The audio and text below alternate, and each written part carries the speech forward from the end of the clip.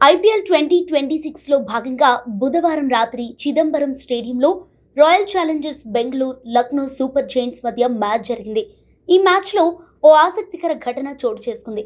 Match మధ్యలో team India allrounder Krunal Pandya, దేశవాళీ సంచలనం ముకుల్ చౌదరి మధ్య మాటల యుద్ధం జరిగింది. నువ్వా నేనా అన్నట్లు ఇద్దరు మాటలు కొనసాగించారు. ఇందుకు సంబంధించిన వీడియో సోషల్ మీడియాలో వైరల్ అయింది. కృణాల్ పాండ్యా బౌలింగ్లో ముకుల్ చౌదరి ఓ భారీ షాట్ కొట్టాడు. దాంతో కొంత అసహనం వ్యక్తం చేసిన కృణాల్ స్లెడ్జింగ్కు దిగాడు. తర్వాతి బంతిని కొట్టి చూపించి చూద్దామని ముకుల్ను సవాల్ చేశాడు. ముకుల్ కూడా వెనక్కి తగ్గలేదు. కృణాల్ వేసిన తర్వాతి బంతిని బౌండరీకి తరలించాడు.